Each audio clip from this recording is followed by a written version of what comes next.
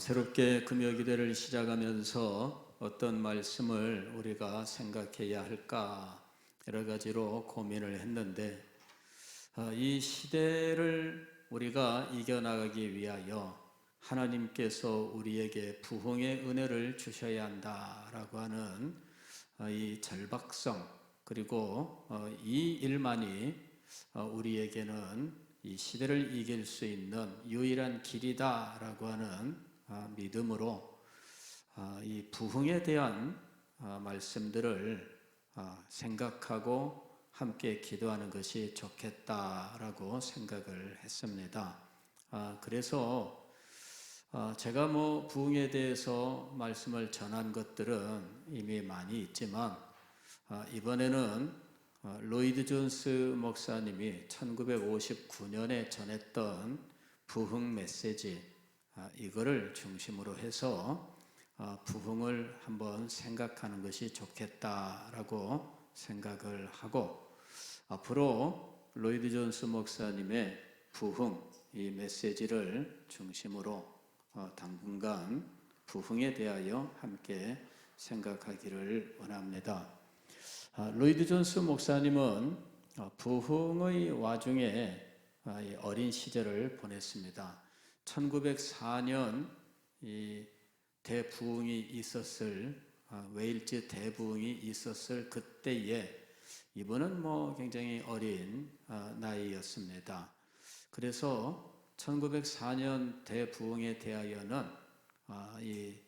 제대로 기억할 수 있는 그런 연령은 아니었어요. 물론 그 당시에 그분이 연령이 5, 6살 이랬기 때문에 기억을 하려면은 할 수도 있었겠지만 그러나 사실은 그때의 기억은 선명하지는 않죠. 나중에 이분이 중학생이 되어가지고 자기 그 향토 역사를 이제 조사해오는 숙제가 있었는데 그 숙제 때문에 자기가 살고 있던 마을의 역사를 공부한 거예요. 그랬더니 그 마을이 다니엘 롤랜드라고 하는 18세기의 위대한 이 부흥의 주역이 사역하던 현장이었던 거죠. 자기가 학교를 다니느라고 이렇게 학교 갈 때 그때 그 다니엘 롤랜드의 동상에 서 있는 교회 앞을 늘 다녔던 거예요. 그래서 다니엘 롤랜드를 조사해서 학교에서 발표를 했는데 그때 중학생의 마음에 이 18세기 부흥, 이 부흥에 대한 인상이 깊게 자리 잡게 된 거죠. 그리고 이것은 로이드 존스 목사님이 목사가 되어서 사역을 하는 내내 그의 마음속에 있었던 소망이기도 하고 비전이기도 했다는 겁니다. 그리고 그가 이 세상을 떠날 때 하나님 품에 갈 때조차도 그는 이 부흥을 소망하면서 갔던 거예요. 제가 로이드 존스 목사님에게 직접 여쭤본 적은 없습니다. 만나본 적은 없어요. 그분이 하나님의 부르심을 받던 그때 저는 그분의 설교집을 처음 접했었거든요. 그러니까는 그게 벌써 오래전 옛날입니다. 79년. 그러니까 얼마나 이 80년 요때 제가 그때 처음으로 로이드 존스 목사님의 설교집 영적 침체 그때 책 제목은 사시미 시냇물을 갈급함 같이 이런 제목으로 되어 있었어요. 그 책을 읽고 제가 참 깊은 은혜를 받고 감동을 받았었는데 그때 로이드 존스 목사님은 하나님의 부르심을 받는 그 무렵이었어요. 그런데 저는 후에 이 웨일즈의 로이드 존스 목사님의 무덤을 방문을 했습니다. 일부러 그분의 사역하던 교회도 갔고 그리고 무덤도 찾아갔어요. 웨일즈 남부의 고속도로를 타고 그냥 또 막 어떤 그 골목골목으로 해가지고 어떤 산비탈로 올라가고 뭐 해가지고 그냥 어렵게 찾아갔어요. 이 만나 하면서 갔는데, 따뜻한 햇볕이 이렇게 내리쬐이는 이런 산등성이에 아무것도 없는데 그냥 공동묘지만 딱 있는 거기에. 그래 울타리가 이렇게 있는데 이 문이 열려 있나 하고 가서 이렇게 하니까 문이 열리더라고. 갔는데 비석이 수백 개가 쫙 있는데 어디에 이 로이 존스 목사님이 묻혀 있는지 모르잖아요. 저쪽 끝에서부터 묘비 하나하나를 일일이 다 보면서 왔다 갔다 한참을 다니다가 그 묘지 중간 끝에 거기서 드디어 그 이름을 발견한 거예요. 그래서 로이 존스 목사님하고 그 부인 이 베단 여사하고 같이 이렇게 있었어요. 그래 그 비석을 이렇게 비문을 읽고 그리고 그 앞에서 이제 눈을 감고 머리를 숙여 기도를 드렸습니다. 그 따사로운 햇볕이 내리쬐는 그 자리에서 산등성이에 그저 바람 한 줄기 휙휙 지나가는 그 쓸쓸한 곳. 왜 로이 존스 목사님은 그곳에 묻혔을까? 공동묘지가 없어서 거기에 묻혔을까? 그게 뭔데 궁금했어요. 왜 무덤을 거기에 썼을까? 뭔가 의미가 있을 거 아니겠습니까? 로이 존스 목사님에게 의미가 있든지 가족에게 의미가 있든지 뭔가 의미가 있어야 되는데 제가 로이 존스 목사님의 전기를 다 읽어봐도 그곳과 연관되는 어떤 것을 찾을 수가 없었어요. 그래서 도대체 왜 이 멀고 먼 한적한 산등성이에다가 이 묘를 써야 했느냐? 그게 이해가 안 됐던 거죠. 거기다 그 묘를 쓴 이유가 있을 거 아니겠나? 저는 더 깊이 조사하고 연구할 수 있는 기회를 갖진 못했습니다. 그러나 어느 날 부흥의 역사를 또 공부하고 또 읽고 하다가 어느 날 1904년 웨일즈 대부흥이 있던 그때에 이 대부흥이 처음에 불을 붙이던 그 곳이 어디였느냐 하면은 바로 그 무덤이 있는 그 지역이었어요. 그 무덤이 있는 지역이 뉴캐슬 엠넨이라고 하는 곳인데 이 뉴캐슬 엠넨에 그 신학교가 있어요. 이 웨일즈 복음주의 신학교가 있는데 그 뉴캐슬 엠넨 바로 옆에 있는 도시들에서 이 부흥이 일어나요. 그리고 이 신학교에 입학하고자 했었던 이 학생 한 사람이 그곳에서 은혜를 입고 그리고는 학교를 포기한 채 이제 자기 고향으로 돌아가서 말씀을 전했던 이것이 1904년의 부흥이에요. 그런데 로이드 존스 목사님은 평생 동안 부흥을 소망했습니다. 이분은 부흥을 가르쳤고 부흥을 위해서 기도했고 그리고 부흥을 소망하면서 그는 정말 이 사람들에게 오순절주의자라고 하는 그와 같은 비난을 들어가면서도 성령 세례를 가르쳤어요. 이유는 무엇이냐면 부흥 때문에 성령 세례를 가르친 거예요. 부흥을 설명하고자 하니까 성령 세례라는 용어로 설명할 수밖에 없더라 하는 거죠. 그러면서 오순절주의의 성령 세례 설명과는 전혀 다른 영광스러운 부흥을 설명하면서 이것을 성령 세례라고 불렀던 거예요. 명칭을 가지고 오순절주의자라고 말하는 것이 얼마나 단견인지 읽어보지도 않고 들어보지도 않고 무조건 말한다라고 하는 그런 인상을 지울 길이 없어요. 부흥 때문에 성령 세례를 이야기한 거예요. 부흥을 성령 세례로 설명한 거죠. 그런 리바이벌 리스트예요.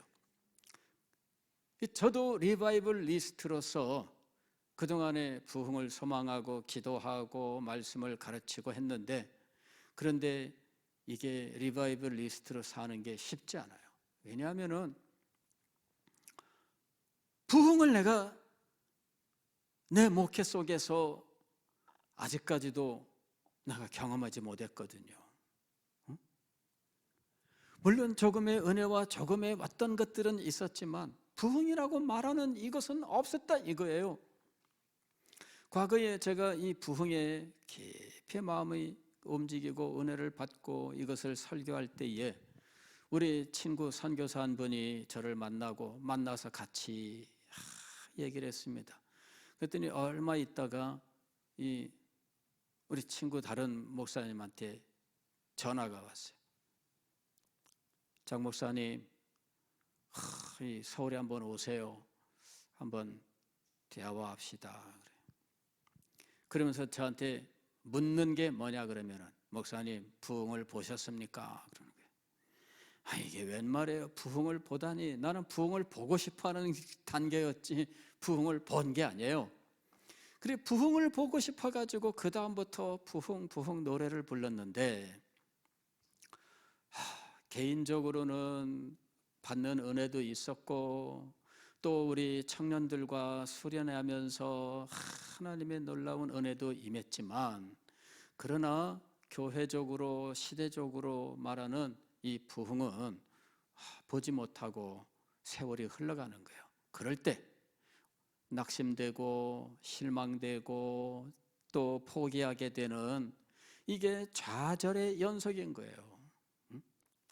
부흥이란 하나님의 은혜의 역사인데 이것을 보지 못하는 심정은 얼마나 괴로운지. 1년이 가고 2년이 가고 3년이 가고 그러면서 성도들의 삶에, 성도들의 의식에 뭔가 진리의 영광으로 변화되는 일들이 있어야 되는데 그런 일들은 나타나지 않는다는 거죠. 성도들의 성품의 변화, 인격의 변화, 삶의 변화, 놀라운 이 성도의 교통의 역사, 이런 것들이 그냥 생생하게 나타나기를 소망하는데, 이런 것들이 너무나 멀게만 느껴질 때 얼마나 힘이 빠지겠어요. 그러다 보니까 어느덧 점점 힘을 잃어가는 거예요.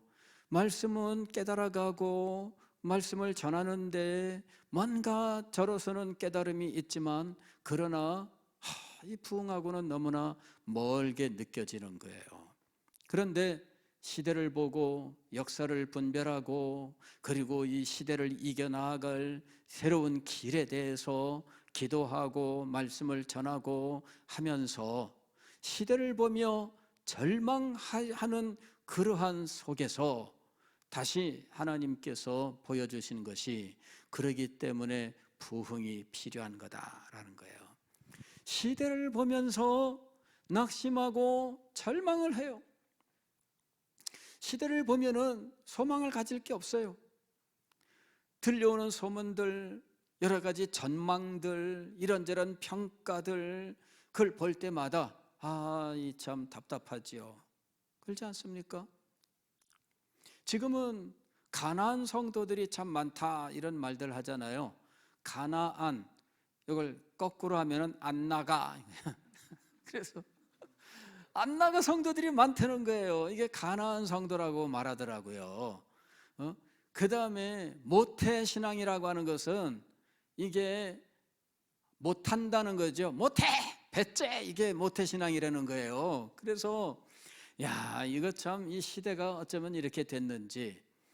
거기다가 참 사회를 전망하니까 젊은이들이 지금 취직도 못하고 그냥 아르바이트로 평생 살아야 되는 이런 상황이 돼버렸고, 그 다음에 이 더군다나 지금 출산율이 지금 극도로 내려가서 지금 인구가 급감하고 있는 상황입니다. 이제는 대학 입시 치르는 학생들 숫자가 얼마 안 돼요. 과거에 저는 60만이었고요. 한동안 60만 이상으로 올라갔는데 지금은 그 절반도 안 됩니다. 25만 하여튼 확 줄어드는. 그리고 앞으로는 20만 밑으로 떨어진답니다. 지금 현재 고등학교 3학년이 20만 조금 넘어요. 그리고 이게 급속도로 진행되고 있는데 얼마 있으면은 20만도 안 될 상황입니다. 예. 그러니까는 암울하지요. 우리나라 장래를 보면은 굉장히 비관적일 수밖에 없는 상황이에요. 이거를 채우기 위해서는 외국인 노동자들, 이민자들을 받아서 인구를 유지해야 되는 상황이에요. 그러니 외국인들이 많이 들어온 이유가 있습니다. 우리가 출산율이 너무 떨어져서 국가의 활력을 유지할 수가 없어요. 외국인이라도 들어와서 채워야 된다. 지금 그런 상황이죠.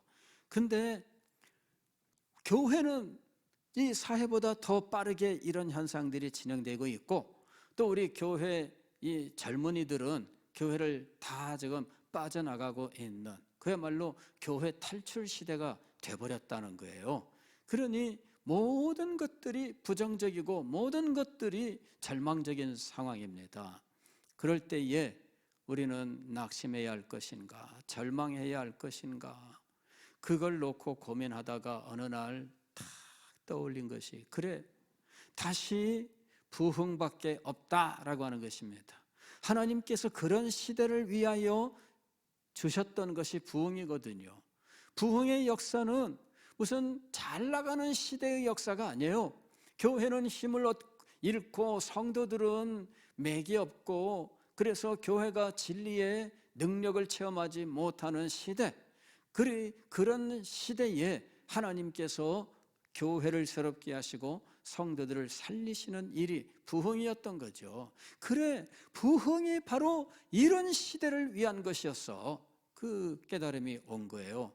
그래서 지금 더 부흥을 소망하고 이 부흥을 위해서 기도해야 된다라고 하는 것입니다. 다시 부흥을 향하여 기도해야 된다. 다시 부흥을 소망해야 된다. 다시 부흥을 열망해야 된다라고 하는 것이죠.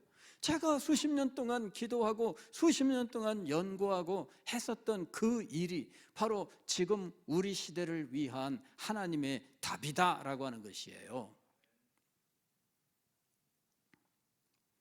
로이드 존스 목사님도 1959년에 그와 같은 현실을 직면하고 있었습니다. 1959년은 웨일즈에 1859년 부흥이 있고 100주년이 되는 해였어요. 그때 로이드 존스 목사님이 이 1859년 웨일즈 부흥의 100주년을 맞아서 다시 부흥을 소망하여 기도한 거예요. 그리고 다시 부흥을 설교하기 시작을 했던 겁니다. 그때는 이미 이분이 60세가 넘은 상황입니다. 그리고 이렇게 사역을 하다가 그분은 68세에 암으로 사역을 중단하고 은퇴를 해야 했던 것이죠. 그러니까 이때에 다시 부흥을 설교하고 부흥을 위해서 기도했다라고 하는 것이죠. 그분이 그 당시에 직면한 시대는 아주 어려운 시대예요. 영국 교회는 WCC 문제로 교회가 지금 갈라지고 있는 상황입니다. 교회 일치를 부르짖는데 교회 일치를 찬성하고 하나 될 수 없는 상황이 이루어지고 있었던 거예요. 하나님의 부흥은 도대체 언제 임하는가? 그런 상황이었던 거죠. 물론 개인적으로 그분의 사역 속에서는 놀라운 역사들이 있었어요. 그러나 교회와 시대적으로는 부흥을 볼 수 없는 상황이었습니다. 그래서 저는 어느 날 제가 부흥을 공부하다가 이분이 무덤을 거기에 쓴 이유는 혹시 부흥 때문이 아닌가? 1904년 부흥이 있었던 그 곳까지 가서 그곳에 무덤을 쓴 이유는 부흥을 위한 기도 때문이다라는 생각이 문득 들었어요. 저 같은 사람도 그분의 무덤을 찾아가서 그 무덤 쓴 이유를 생각하고, 그리고 그곳을 방문하면서 여기가 부흥이 있던 곳이다라고 하는 그와 같은 생각을 하고 기도를 할 거 아니에요. 그러니 죽어서라도 부흥을 전하고 싶고 부흥을 위해 기도하라라고 하는 의미가 아니었을까 혼자 속으로 생각을 했어요. 나중에 천국 가서 여쭤볼 계획입니다. 만나면은 가장 먼저 무덤을 왜 거기 썼습니까? 후배들에게 부흥을 생각하고 기도하라고 부흥을 전하고 싶어서 그러신 겁니까? 이렇게 여쭤보고 싶어요.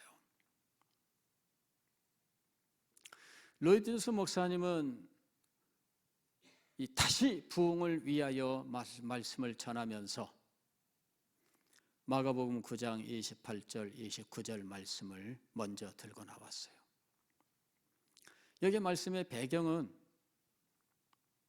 예수님께서 변화산상에 올라가서 용모가 변화되셨을 때 사도 베드로가 주여 여기 있는 것이 좋사오니 이러면서 이야기하던 그때에 산 밑에서는 어떤 아버지가 귀신 들린 아이를 데리고 고침받기 위하여 예수님을 찾아온 거예요. 하필 예수님은 안 계시는데 제자들은 지금 거기 많이 있었거든요. 3명의 제자가 예수님을 수종 들고 있는 사이에 12제자 중에 9명은 그 자리에 있었고 또 예수님을 따르는 더 많은 사람들도 그곳에 있었어요. 그런데 귀신을 못 쫓아냈어요.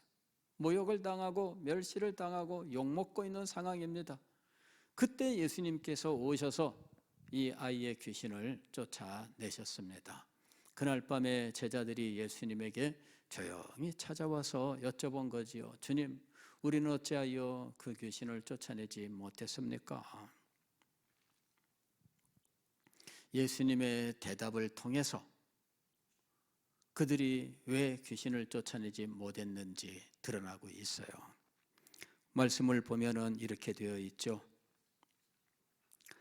집에 들어가심에 제자들이 조용히 묻자오되 우리는 어찌하여 능히 그 귀신을 쫓아내지 못하였나이까? 이르시되 기도 외에 다른 것으로는 이런 종류가 나갈 수 없느니라. 이런 종류가 나갈 수 없느니라. 다른 종류는 나갈 수 있다. 이런 의미가 되는 거죠. 그러나 이런 종류는 안 된다. 다시 말씀을 드리면 제자들이 지금 놓치고 있는 것이 무엇인지에 대해서 말씀하시는데 제자들은 이 일에 얽혀 있는 이 일의 영적인 특성을 이해하지 못하고 있다라는 것이에요. 영적인 특성을 가지고 있는 문제였다는 거죠. 특별한 사건이었습니다.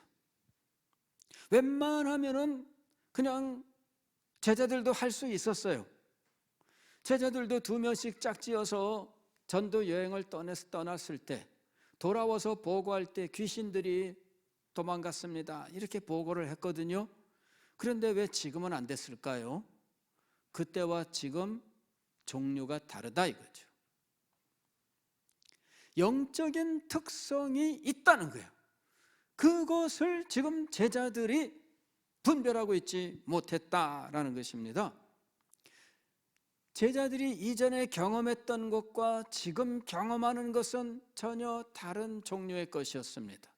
그 차이를 알아야 됐다 하는 것이죠. 그 차이는 무엇이냐 하면은 하나님의 능력 이것 이외에는 안 되는 일이었다는 겁니다. 왜? 이는 특별한 종류의 귀신이 들은 것이기 때문에 이는 영적인 특성을 가지고 있되 오직 하나님의 능력 이외에는 안 되는 정도의 일이었다는 거예요. 이거는 특별한 사건입니다. 우리는 왜 안 됐습니까? 아직 제자들은 깨달음이 없는 상황이에요. 이 세상의 일들 웬만한 것들은 사실은 하나님께서 주신 법칙에 의해서 그리고 인간관계도 하나님께서 주신 법칙입니다. 그런데 그것에 의해서 일들이 진행돼요. 웬만한 일들은 우리들이 생각만 하고 노력만 하면 돼요. 웬만한 것들은 그냥 인간의 힘으로 인간의 재능으로 감당할 수 있어요. 세상의 일들이 그렇게 진행되어 가는 겁니다. 교회 일도 웬만한 것들은 그냥 기획을 잘 하면은 할 수 있어요. 문제는 뭐냐 그러면은 그 가운데 있는 영적인 문제들을 이해하지 못하면 제대로 대처할 수 없다는 거죠. 많은 일들이 우리의 기획력으로 우리가 노력하면 됐기 때문에 우리는 어느덧 그렇게 길들여져서 영적으로 생각할 줄 모르는 이런 문제를 갖게 되는 거예요. 우리들 중에 많은 사람들이 그런 함정에 빠져 있습니다. 그냥 살아도 되지 않아요? 기도 안 해도 여러분 얼마든지 살잖아요. 여러분이 교회 충성 안 해도 뭐 문제가 생기던가요? 물론 생기는 사람은 생기지만 대부분은 그냥 다른 사람이나 비슷해요. 안 믿는 사람들이나 우리나 비슷하잖아요. 그러다 보니까 우리들은 어느덧 영적으로 생각할 줄 모르는 사람들이 되어버리는 거예요. 내 생각, 내 판단, 내 힘, 이런 것들이 교회에서 오히려 더 큰 힘을 발휘하는 것처럼 보이는 거죠. 제자들이 깨닫지 못했던 것, 그것이 바로 오늘 우리들이 동일하게 직면하고 있는 문제라는 거예요. 우리는 우리 시대가 가지고 있는 문제들에 대해서 많이 이야기를 듣습니다. 오늘날 교회에서 수없이 많은 이런 시대 진단, 이런 메시지들이 전해지고 있습니다. 그런데 이 모든 일 속에 있는 이 영적인 성격을 우리들이 알아야 된다라는 거예요. 시대를 보면서 이 시대가 가지고 있는 영적인 이 특성들을 이해해야 이 문제를 진정으로 이해하고 우리는 그 문제를 해결할 수 있는 참된 방법으로 나아갈 수 있게 되는 겁니다. 우리 시대의 진정한 문제는 무엇인가? 영적인 문제예요. 아니, 영적인 일에 대하여는 전혀 모르는 시대, 오히려 영적인 일들을 부인하는 시대, 이것이 우리가 직면하고 있는 시대예요. 우리가 살고 있는 이 시대의 흐름이 그렇습니다. 그리고 우리의 자녀들은 그 흐름 속에 지금 던져져 있는 상황입니다. 학교에서 친구들하고 사이에 TV를 틀든지 게임을 하든지 그 어느 곳이든지 영적인 특성이 없어요. 아니, 영적인 것들을 오락, 재미, 게임으로 만드는 시대예요. 사람들은 재미를 위하여 점치러 다닙니다. 젊은이들이 점치러 참 많이 다닙니다, 여러분. 근데 재미로 본대요, 물어보면은. 믿느냐? 안 믿어. 재미로. 영적인 문제가 무엇으로 지금 사람들에게 인식되고 있느냐 하면 재미, 즐거움, 쾌락 이런 것들로 지금 인식되고 있는 거예요. 최근에 참 큰 비극입니다마는 이태원에서 큰 사건이 있어서 많은 사람들이 죽었어요. 그중에 대부분이 20대 젊은이들이었다는 거죠.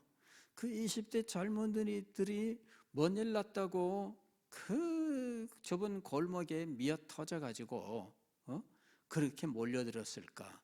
그날이 할로윈 데이라고 하는 그 날이라는 거죠. 이게 11월 1일이 소위 카톨릭에서, 중세 카톨릭에서 만성절이라고 부르는 이 절기예요. 이 만성절은 이 카톨릭에서 성인이라고 하는 이런 존재들을 수없이 세워놓잖아요. 이 모든 성인들을 기념하는 날이죠. 근데 역사를 보면은 이 만성절에 비극들이 많이 일어났어요. 프랑스의 위군어들이 대학살을 당한 것도 이 만성절 전날이에요. 10월 31일입니다. 그날 이 프랑스에서 이 엄청난 비극이 일어나는 거죠. 그러니까 여러분, 그 날이 무슨 날이에요? 뭐 어떤 분들은 뭐 귀신을 섬기면 뭐 어쩌고 뭐 이런 거 얘기를 하는데, 사실 이게 그 호박 같은 거 이렇게 구멍 뚫어서 뭐 가면 만들어 쓰고 다니고 뭐 이러는 거잖아요. 호박 귀신. 근데 이제 그런 그 서양의 귀신 쫓아내고 뭐 이러는 액을 뭐 액땜하고 뭐 이제 이러는 이제 그런 그 이 문화죠. 근데 젊은이들은 그것을 무엇으로 여기는가? 그걸 믿어서 하는 게 아니에요. 무엇 때문에 그걸 하는 거예요? 재밌으니까. 그냥 재미예요. 그냥 즐기기 위한 거예요. 지금 우리 시대는 영적인 것이 무엇으로 변질된 시대냐면 재미로 변질된 시대예요. 그래서 교회도 재미가 없으면 안 된다는 시대예요. 목사님들도 재미있는 사람이 인기 있어요. 좀 파격적인 재미를 주는 사람. 근데 여러분, 이게 우리 시대의 영적 특성이에요. 이것이 이 본질을 알아야 됩니다. 지금 뭔가 영적으로 심각한 문제가 발생하고 있는 거예요. 지금 우리가 살고 있는 이 시대에는 영적인 문제로 신음하고 있는 시대예요. 하나님의 존재를 믿지 않아요. 오히려 부인하고 우리가 적대하는 이러한 의식들이 아주 팽배해 있는 시대입니다. 예수 그리스도의 복음을 극도로 혐오하는 시대예요. 젊은이들에게는 지금 복음이 들어가질 않아요. 지금 이런 시대예요. 이게 어떻게 해야 이것을 바꿀 수 있을까? 전도하면 바꿔질까? 참 힘들고 어려워요. 그래서 교회들마다 활로를 찾기 위해서 참 많은 애를 쓰고 있지 않습니까? 저도 오래전에 영국에 가서 스코틀랜드 에딘버러에 갔는데 그곳에서 본 건 뭐냐면은 교회에 음악회 전도지가 있더라고. 교회가 우리 교회에서 이번 주일날 밤 몇 시에 음악회 합니다. 이런 전단지 이거를 돌리는 거예요. 교회가. 그게 전도지더라고. 그리고 그 교회에 음악하는 사람들이 그날 주일 밤에 음악회를 하는 거죠. 오케스트라 혹은 실내악 뭐 이런 거 구성해가지고 해요. 아직도 교회 멤버들은 상당한 실력을 가진 사람들이라서 그 일을 할 수 있는 상태더라고요. 거기 찬양팀들 와서 연습하는 걸 봤는데 기가 막혀요. 음악이. 그래서 놀랐습니다. 저 사람들은 도대체 다 성악가들이냐? 정말 탁월한 수준의 이런 사람들이 연습을 하고 있더라고. 그리고 이 사람들이 문화를 통한 전도, 그걸 이미 그때 하고 있어요. 그거 아니면은 전도가 안 됩니다. 왜? 복음을 전하는 것 자체를 그 사람들은 싫어해요. 그리고 우리나라도 이미 그게 정착되어 있습니다. 젊은이들은 누가 예수 그리스도의 예만 해도 빨딱 일어나고요. 뭐 지금 전혀 그런 것들을 오히려 신고하는 시대입니다. 어떻게 해야 될까? 인간의 방법으로서는 다른 방도가 없어요. 그래서 교회마다 이렇게 하면 저렇게 하면 하면서 연구했는데 그 중에 많은 교회가 시도했던 것이 뭐냐면은 카페. 교회 카페. 근데 교회 카페 대부분 실패했어요. 저도 우리 리모델링하고 1층 홀을 만들었잖아요. 일단 쉽게 생각나는 것이 그런 것들입니다. 그러나 이미 수없이 많은 교회들이 실패를 했기 때문에 선뜻 그렇게 하는 건 쉽지 않아요. 연구하고 있습니다. 알아보고 있어요. 그러나 이 문제가 영적인 문제라고 하는 것을 이해하지 못한다면 우리가 어떤 방식으로 시도하든 이것은 실패할 수밖에 없다 하는 것이 저의 답입니다. 근본적으로는 이것이 무슨 문제라고요? 영적 문제예요. 우리가 교회에서 이런저런 일들을 한다 할지라도 그것이 영적 문제인 것을 이해하고 이것을 영적인 접근을 하지 않으면 실패할 수밖에 없습니다. 카페를 만들면 성공한다고요? 그렇지 않습니다, 여러분. 이것이 영적 문제인 걸 알아야 돼요. 그 얘기는 뭐냐면은 우리는 이 일을 위하여 기도해야 된다는 거예요. 제자들에게 주님께서 하신 말씀이 그 말씀입니다. 기도 외에 다른 것으로는 이런 종류가 나갈 수 없느니라. 기도가 이 문제를 해결하는 우리들의 방법이에요. 우리들의 방법. 하나님의 방법이 아닙니다. 우리들의 방법이에요. 그러면 그 일에 역사하시는 분은 하나님이에요. 우리가 해결하는 것이 아닙니다. 우리는 할 수 있는, 우리가 할 수 있는 일을 해야 돼요. 우리가 할 수 있는 일, 그거는 하나님 앞에 기도하는 거예요. 여기서부터 시작을 해야 돼요. 이것이 없으면 아무것도 이루어지지 않아요. 여기서부터 시작해야 돼요. 기도부터 시작해야 됩니다. 그래야만 하나님께서 역사하시는 거예요. 기도를 해야 사람이 필요하면 하나님께서 사람을 세우실 거예요. 사람이 부족하면 사람을 보내실 거예요. 기도하면, 돈이 부족하면 하나님께서 돈을 주실 것입니다.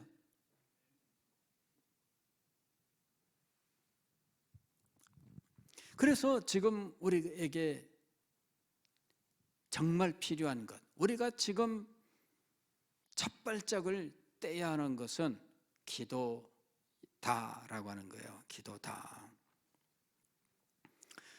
영적인 것이 재미와 오락과 쾌락으로 소비되고 있는 시대. 즉 우리 시대는 소위 말하면 엔터테인먼트라고 하는 이것, 예능이라고 부르는 겁니다. TV 같은 데에는 그냥 예능이 모든 것을 포괄해요. 가수들도 예능에 나와야 돼요. 배우들도 예능에 나와야 돼요. 장사하는 사람도 장사에 성공하려면 예능에 나와야 돼요. 지금 예능이 모든 것을 주장하는 시대예요. 그런데 이 예능이라고 하는 것이 바로 영적인 문제입니다. 영적인 문제도 예능으로 소비되고 있는 시대예요. 이런 시대에 이 영적 특성을 알아야 돼요. 우리는 그러면 어떻게 해야 할 것인가? 예수님께서 말씀하신 이겁니다. 기도 외에, 기도 외에. 이 말은 뭐냐면 오직 기도란 말입니다. 오직 기도. 다른 것으로는 안 돼요. 오직 기도다라는 거예요. 그래서 오늘 여러분들과 함께 이 문제를 생각하고자 하는 겁니다. 우리는 기도해야 된다. 시대를 본다면 기도해야 된다. 교회의 문제를 본다면 기도해야 된다. 우리의 자녀들을 보면 기도해야 된다. 심각합니다. 저는 우리 교회 코로나 이 시대 3년여간에 걸쳐서 성도들에게 많은 삶의 변화가 일어났는데 그 중에 연로하신 성도들에게는 건강의 문제가 아주 심각하게 지금 작용하고 있다. 건강의 문제가 지금 심각해요. 제가 잠시 후에도 기도 제목을 드리겠습니다. 그 외에도 더 계실 거지만 말씀 못했다고 해서 나중에 저한테 뭐라 하지 마시고 저한테 기도 제목을 조용히 갖다 주십시오. 그러면 제가 기도 같이 할게요. 예. 목사님은 왜 이건 안 해주십니까? 이건 왜 말 안 해주십니까? 그렇게 말씀하지 말고 목사님 이것도 기도해 주세요. 이렇게 저한테 갖다 주십시오. 예, 제가 미처 모를 수도 있고 잊어버릴 수도 있어요. 그러니까는 말씀을 해주세요. 많은 분들이 건강의 문제를 가지고 있어요. 지금도 병원에 입원했고 또 이번 주에 퇴원한 분도 계시고 그리고 심각한 질병으로 진단받은 분도 계시고 지금 그런 상황이에요. 그래서 그러나 또 이렇게 심각하지 않아도 여러 가지 건강상의 문제 때문에 교회 오는 거를 엄두를 못 내는 이제 이런 분들도 많이 있어요. 그 사이에 웬일인지 교회 가는 것보다는 집에서 그냥 있는 것이 편해서 그냥 교회 안 나오고 그냥 있는 사람들도 있어요. 지금 영적인 문제입니다. 이 모든 것들이 다 영적인 문제예요. 이 해결돼야 돼요. 해결돼야 돼요.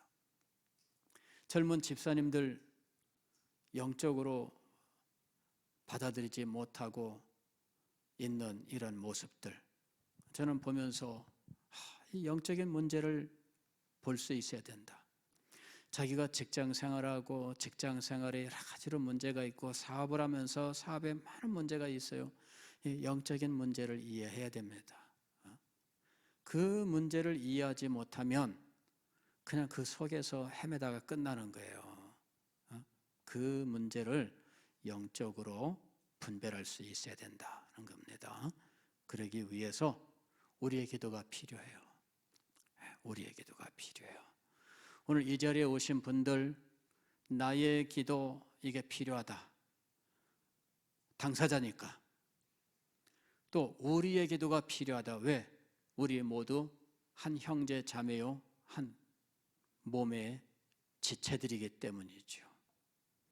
정말 필요해요. 앞으로 계속 같이 기도합시다. 저는 우리의 기도가 저는 그런 생각을 했어요. 행동하는 기도 모임 이런 그림을 그리고 제가 많이 생각을 했어요. 우리가 함께 기도하는 자리에 나가야 된다. 문제가 있으면 함께 기도하러 가야 된다. 그냥 늘어져 있으면 안 돼요. 행동으로 옮겨야 된다. 그래서 앞으로는 이런 행동하는 기도 이것을 마음속에 두고 함께 우리의 기도가 필요한 곳을 찾아가는 이와 같은 기도의 자리에 가야 되겠다 이렇게 생각하고 있습니다. 여러분 기도합시다. 기도가 필요한 곳이 지금 막 얼마나 널려 있나 몰라. 가야 돼요. 그래서 오직 하나님의 능력으로 하나님의 영광의 임재로 하나님의 자비와 긍휼로 이 시대의 문제를 해결하고 우리와 이 시대가 변화되는 놀라운 은혜를 누릴 수 있게 되기를 주의 이름으로 축원합니다.